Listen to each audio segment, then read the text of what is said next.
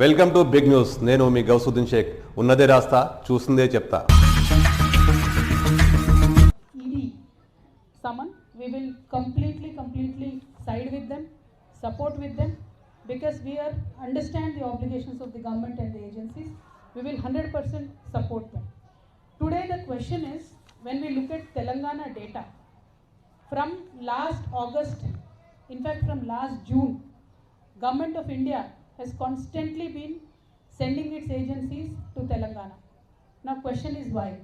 Because Telangana assembly polls are there in this November December. So the modus operandi of BJP has been कि जहाँ भी election है वहाँ मोदी से पहले ईडी पहुँच जाता है. तो हमारे तेलंगाना में भी यही हुआ है. तकरीबन सारे बिजनेस हाउसेस पे एक 500 प्लस बिजनेस हाउसेस पे आईटी रेड होता है. सीबीआई के रेड एक 100 होता है तेलंगाना के राज्य में. ईडी तो कम से कम 200 जगहों पे उन्होंने छापा मारा है. और एनआईए एजेंसी ने 500 to 600 मिनिमम लोगों को बुला के उनको डरा के धमका के अलग अलग तरीके का काम वहाँ पे चल रहा है. मैं ये लोगों के सामने, जनता के सामने आज रखना चाहती हूँ, क्योंकि ये मेरे अकेले का मुद्दा नहीं है. हमारे खुद के पार्टी में मिनिमम 15-16 लोगों को, एमएलएस को, एमपीस को, मिनिस्टर्स को टारगेट करके अलग अलग केसेस में बुलाने का काम कर रहे हैं. तो मेरा मोदी जी से, बीजेपी से एक ही विनती है कि आप जनता के पास जाइए. आपने किस तरीके का डेवलपमेंट किया है, तेलंगाना के लिए आपने क्या किया है, देश के लिए आपने क्या किया है, वो बताइए. उनका दिल जीतिए, बाद में इलेक्शन जीतिए. लेकिन हम इलेक्शन हारेंगे या जीतेंगे, एनफोर्समेंट डायरेक्टरेट यूज़ करेंगे, बैकडोर से गवर्नमेंट में आएंगे, इस तरीके का तो हमने देख लिया है. 9 राज्यों में चला है और तेलंगाना में वो चल नहीं पाया. उन्होंने कोशिश किया है लेकिन हमने चलने नहीं दिया. तो इसीलिए उनका अभी एफर्ट ये है कि किसी भी तरीके से ईडी डाल दो, धमका दो, डरा दो. लेकिन हम भी मोदी जी से और भारतीय जनता पार्टी से और पूरे देश की जनता से बता दें कि हम डरने वालों से नहीं हैं. हम एक आंदोलन करके स्टेट को हासिल करके आज स्टेट में सरकार चला रहे हैं. आगे चल के भी हम जनता के लिए ही काम करेंगे और हम बराबर मोदी जी का, भारतीय जनता पार्टी का जो फेल्यूर्स है उसको एक्सपोज करते ही रहेंगे. देखिए, मोदी जी ने 2022 तक बहुत वादे किए थे. उन्होंने जवान को फेल कर दिया, इस किसान को फेल कर दिया, युवाओं को फेल कर दिया. हर एक सेक्शन में वो सिर्फ और सिर्फ फेल्यूर हो और कुछ भी नहीं है. देखिए, आज ईडी के डायरेक्टर है, उनको एक्सटेंशन पे एक्सटेंशन मिलता है. सेबी के डायरेक्टर है, उनको एक्सटेंशन मिलता है. एसबीआई के डायरेक्टर है, उनको एक्सटेंशन मिलता है रिटायर होने के बाद. LIC के डायरेक्टर है, उनको एक्सटेंशन मिलता है. क्यों मिल रहा है इनको? क्योंकि जहाँ ये बोलेंगे वहाँ वो जनता की पैसा निवेश करेंगे और बाकी ये जो एजेंसीज है वो जहाँ बोलेंगे वहाँ जाके काम करेंगे. तो मैं सिंपल सवाल भारतीय जनता पार्टी से पूछती हूँ, अग्निवीर में आप जो लोगों को, युवाओं को ले रहे हैं, उनको एक्सटेंशन दीजिए पहले. क्यों नहीं मिलेगा उनको एक्सटेंशन? क्यों ले रहे हो आप उनको 4 साल को? 4 साल के लिए उनको क्यों ले रहे हो? 4 साल के लिए आप उनको लोगे, ट्रेनिंग दोगे, बाद में रास्ते पे छोड़ दोगे क्या? या जैसे आपके भारतीय जनता पार्टी के नेता बोलते हैं, आपके ऑफिस में चौकीदार के नौकरी पे रखोगे? आर्मी कितना सेंटिमेंटली जुड़ता है देश के साथ, जनता के साथ.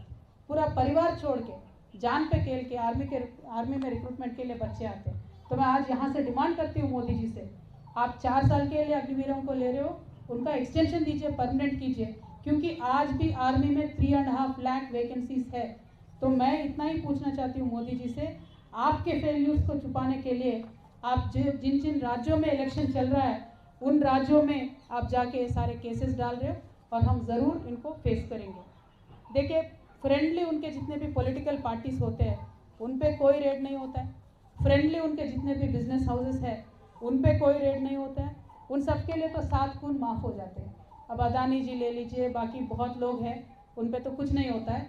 और आज तो इतना चर्चा है पूरे देश भर में कि देश में डबल इंजन सरकार चल रहा है. और ये 2 इंजन कौन है देश में? एक इंजन प्रधानी है, दूसरा इंजन अदानी है. तो ये हालत आज देश में है. तो ये बच्चा जान चुका है. जिस तरीके से मोदी जी अपने आप को क्लीन बताते थे, साफ बताते थे, वो है नहीं. और श्रीलंकन गवर्नमेंट भी यहाँ आके बोल के गया है कि अदानी जी के लिए आप, मोदी जी खुद जाके बोले हैं कि इनको प्रोजेक्ट देना है. तो इस तरीके के सब बात सामने आ रहे हैं. तो ये छुपाने के लिए आप विपक्षों पे ईडी का वार कर रहे हो. वो ठीक है, हम विपक्ष है, जेल लेंगे, हम पॉलिटिशियन हैं. लेकिन जनता पे जो महंगाई का आप वार कर रहे हो ना, वो ज़रूर आपको आगे इलेक्शन में रिजल्ट दिखाएगा। मोदी जी आप काम उस पर करिए। मेरा विनंती ये है भारतीय जनता पार्टी से, please work on reducing the prices, please work on giving more subsidies, please work on giving more jobs. What will you get out of torturing people like us? आप करिए, हम बात करेंगे, हम ज़रूर फेस करेंगे ईडी को। लेकिन आपके बीएल संतोष जी से भी बोलिए ज़रा हमारे तेलंगाना में आके सीट के सामने पेश हो जाए, आंसर करें, क्वेश्चन आंसर करें। किस बात की डर है आप? हमने गलती नहीं किया, हम तो आ रहे हैं ईडी में, हम कल भी जाएंगे। आपको जो करना है करिए, जो लीगल कोर्स है, लीगल एक्शन है, हम पूरा आपसे कोऑपरेट करेंगे। लेकिन बीएल संतोष जी क्यों केस पे केस करके, दावे पे दावे करके, स्टे के ऊपर स्टे क्यों लेके आ रहे हैं? इस बात को ज़रा जनता गौर करके सोचे। मेरी जनता से एक ही रिक्वेस्ट है, जिस देश में गांधी जी पैदा हुए हैं उस देश में आज झूठ का राज चल रहा है। झूठ पे झूठ, झूठ पे झूठ, झूठ पे झूठ हमें बोला जा रहा है। जीडीपी के बारे में झूठ बोलते हैं, डेवलपमेंट के बारे में झूठ बोलते हैं, उसका ही विजय हो। देखिए, जेल में रखने से कृष्ण भगवान का पैदा होने से किसी ने रोक नहीं पाया। अज्ञातवास में रह के अर्जुन का तो शूरता कभी कम नहीं हुआ। वनवास में जाने के बाद भगवान श्री राम और भी स्ट्रांग हो गए, लोक कल्याण के लिए ही काम कर रहे थे। तो जब जब इस दुनिया में किसी को लगता है कि हम भगवान से पावरफुल है, हम इंसान नहीं हैं, हम सब कुछ कंट्रोल कर सकते हैं, सारे एजेंसीज को कंट्रोल कर सकते हैं, तब एक प्रिंसिपल ऑफ नेचुरल जस्टिस करके कुछ रहता है, प्राकृतिक न्याय, ज़रूर वो आगे आएगा। कल को बीजेपी के सरकार जिस तरह से तानाशाही कर रही है इस देश के साथ, पक्का वो न्याय आगे आएगा। तो मैं आज भी वही बोलती हूँ, हम ईडी में जाएंगे, वो आप जहाँ जहाँ बुलाएंगे वहाँ जाएंगे, क्योंकि हम मानते हैं कि हमारे साथ सत्य है, न्याय है। तो ये तो धर्मः ततो जयः, हमारे साथ भगवान है। Thank you so much. जय तेलंगाना, जय भारत।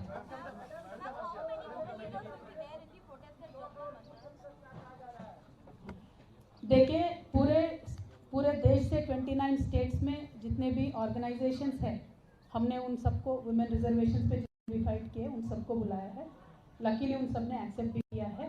तो at least 500 to 600 people will sit on the hunger strike, but the attendance will be much more.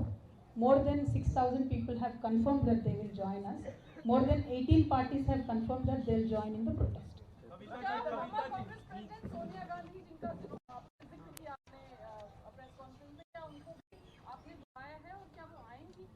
Ma'am, Sonia ji बहुत बड़े लीडर है, मैं तो छोटी एमएलसी हूँ, first time MP, second time MLC. Bharat Jagruti जो हमारा एनजीओ है, उसके तरफ से जो हम एजिटेशन ये कर रहे हैं महिला आरक्षण के लिए, हमने सारे पार्टी से रिक्वेस्ट किया है कि आप अपने रिप्रेजेंटेटिव भेज दीजिए। हमने मल्लिकार्जुन खड़गे सर से, केसी वेणुगोपाल सर से हमने रिक्वेस्ट किया है। तो कांग्रेस से वो अपने जो भी रिप्रेजेंटेटिव भेजेंगे वो आएंगे, मुझे नहीं पता कौन आएंगे। क्या आप अभिषेक कोहली और अरुण पिल्लई को जानती हैं? क्योंकि ईडी शायद ईडी को लेकर के आपसे सवाल करने वाली है, उनसे आमना सामना होगा। आपको ईडी का बहुत जानकारी है भाई, अंदर से कोई इन्फॉर्मेशन आ रहा है क्या? ईडी जो मच वेरी स्ट्रांग। बीजेपी का आरोप है कि दिल्ली की पूरी excise receiving end of agencies almost all the opposition parties. Now most like kiosks, like people see that the initiative taken by BRS, TMC and SP seems to be like a third run that will go against the interest of the opposition party. Will your party take an initiative to bring all the opposition parties, especially in the wake of attack onslaught by the central agencies against like-minded opposition parties? Because even now you are saying that the Congress party is not coming along with the regional forces. So what do you think? Should all the opposition parties come together against the central agencies? Brother, we've been taking the initiative for a long time. It's not now. Honorable Chief Minister and our leader of Bharatiya Rashtra Samiti, KCR Garu, has taken the initiative, and we've held multiple meetings with stakeholders of various parties in this country, and we've declared it openly that we will work with all like-minded parties. Idea and ideology is simple. Bharatiya Janata Party in today's form and shape is hurting the country, not working for the development of the country. They're spoiling the ecosystem of this country and the secular fabric of this country. So certainly we will work to unseat them from power, and we will work with every party which is like-minded. We will work with every party which is like-minded. The silence of your father and your brother. About what? See, why should my father and brother speak about such silly issues? Now, the entire party, in fact, my brother and Honorable Minister just held a press conference today. But that apart, entire party, 15, 16 MLAs, leaders, small leaders, big leaders, everybody has been targeted. And that has been the attitude of the BJP party, unfortunately, in every state. So if we speak about it and make a big issue out of it, tomorrow my dear friends in the press, they'll write कि ये डर गए, ये बात कर रहे हैं सिर्फ ईडी के बारे में. But I really want to request through you to the people. See, today we put up a protest for Mahila bill. They'll call me to ED. So every paper is writing only about Kavita attending ED, but not Kavita doing dharna for a woman bill. So tomorrow they'll increase the price of the cylinder, but then they'll call some other leader to ED. So cylinder hike price will not be there, issue will not be there. Some other leader going to the ED will be there. Some Adani issue comes, they'll call some other neta to ED. So the diversion tactics of Bharatiya Janata Party is what needs to be exposed today by all the political parties, and that is what today TRS is trying to do. See, I could have attended ED today and I could have cancelled the dharna tomorrow. Why am I not doing that? Because I want to prove a point that your diversion tactics will not work anymore. We will make sure that people will know about the issues, understand about the issues, and important issues of the country need to be highlighted. So we will work for that. That is our fight.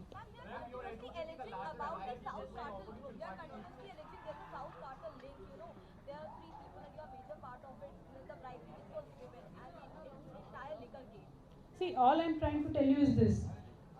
Bharatiya Janata Party and its leaders will set up a narrative. Then they'll look for characters. Okay? So that has been the agenda, that has been the strategy from day one. Not only me, every politician, every political party or every business house which does not subscribe to their ideology, that is what they have done. They'll come up with their own narrative. They'll try to fix me up in one or the other roles. And they are calling me various names. Let them call. Let the people decide. We will cooperate with them. A larger alliance between opposition parties.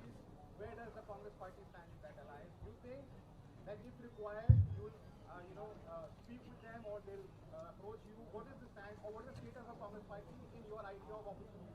I'm just adding to that. Congress हमेशा कहती है कि हमारे बिना कोई भी Alternate possible नहीं. हम ही एक alternate cause है. हमारे बिना कोई alliance possible नहीं है. क्या धारणा से सहमत है? देखिए, कांग्रेस कहाँ पे खड़ी है वो तो कांग्रेस से ही पूछना पड़ेगा, वो मुझे नहीं मालूम. लेकिन हम जहाँ पे खड़े हैं, हम जहाँ से अलग देख रहे हैं, हम समझते हैं कि सारे ऑपोजिशन को एक साथ आना चाहिए. उसमें कोई दो राय नहीं है. अब कांग्रेस की जिम्मेदारी देश के प्रति क्या है वो कांग्रेस डिसाइड कर ले. कांग्रेस को अगर आज भी लगता है कि उनके बगैर कुछ नहीं हो सकता है तो वो एक बार फैक्ट चेक कर ले. क्योंकि 4000 एमएलएस में से आज कांग्रेस के पास सिर्फ 600 एमएलएस है. What is that number? Where is their number? Today in Tamil Nadu they are in a Gathbandhan Sarkar, but they have only 17 MLAs. In Bihar they have in Gathbandhan Sarkar. How many MLAs do they have? In Bengal मुश्किल से अभी by election में entry हुआ है, एक MLA है कांग्रेस का. See, the point is for me to not gun down the opposition. Point is we should get united. But then who should make that effort? Why should the burden be only on the other parties? Why should the burden be only on BRS? Yes, BRS's stated stand is that we will work for it. We are working for it. That is why we recently held a rally in Khammam where many CMs came. We are going to hold another rally in April where again various other leaders will come.